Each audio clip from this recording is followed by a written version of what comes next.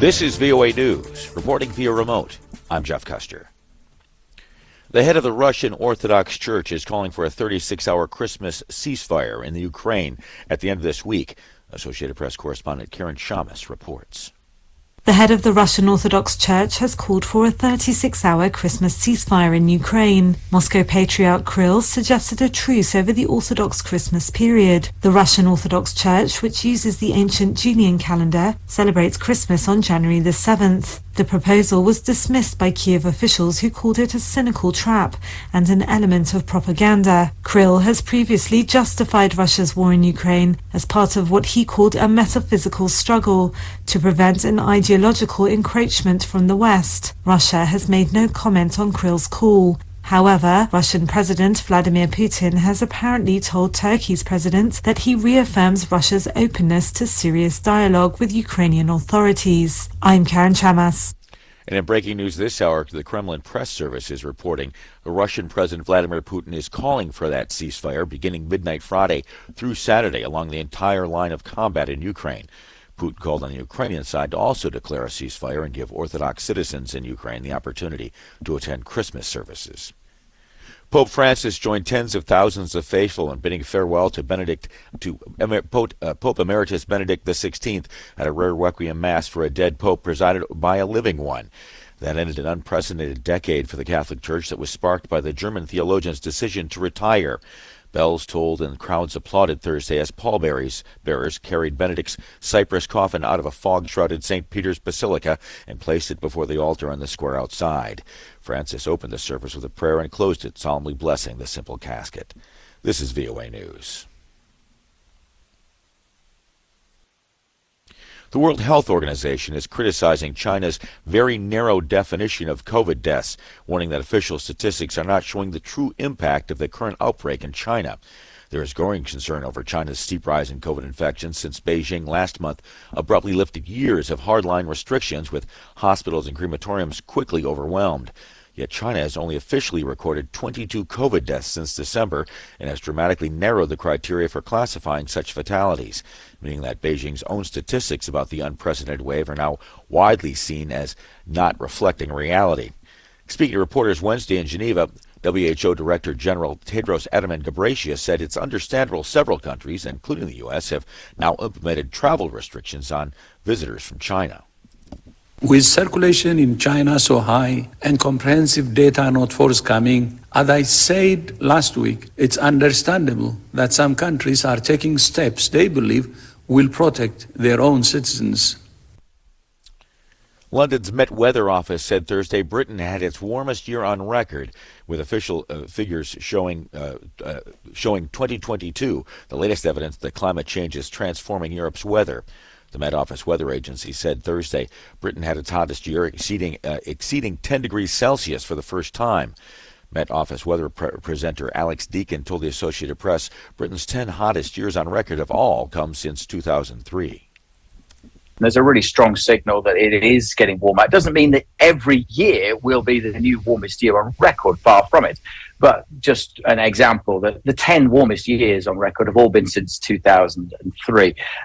2022 was the first time we got over 10 degrees as an average. And the first time we broke 9 degrees was early in the century. And we've broken these records steadily over the past 100 years. So the trends all point to this. It is getting warmer. The U.S. State Department said negotiations to return to the international agreement that limited Iran's nuclear program is not a current priority for the United States. Spokesman Ned Price told reporters late Wednesday the 2015 nuclear deal, known as the Joint Comprehensive Plan of Action, hasn't been on the agenda for some months now. The United States left the agreement in 2018 under then-President Donald Trump, who argued it was too favorable to Iran and he reimposed sanctions. Price said Wednesday that after Iran reneged on terms to re-enter the agreement late last year, the U.S. is now focused on doing everything it can to support the universal rights of the people of Iran amid protests that have been ongoing in the country since September. Doctors treating NFL National Football League Buffalo safety Damar Hamlin say he has shown what physicians treating him are calling remarkable improvement over the last 24 hours. Reporting via remote.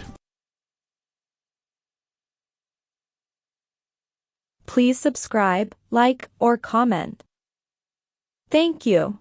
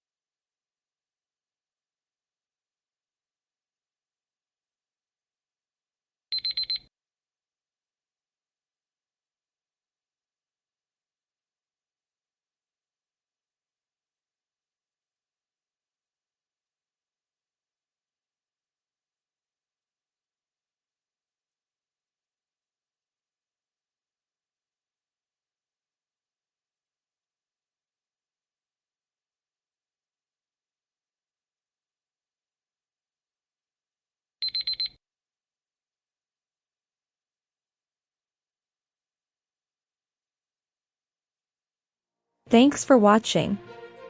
Please like, comment, or subscribe.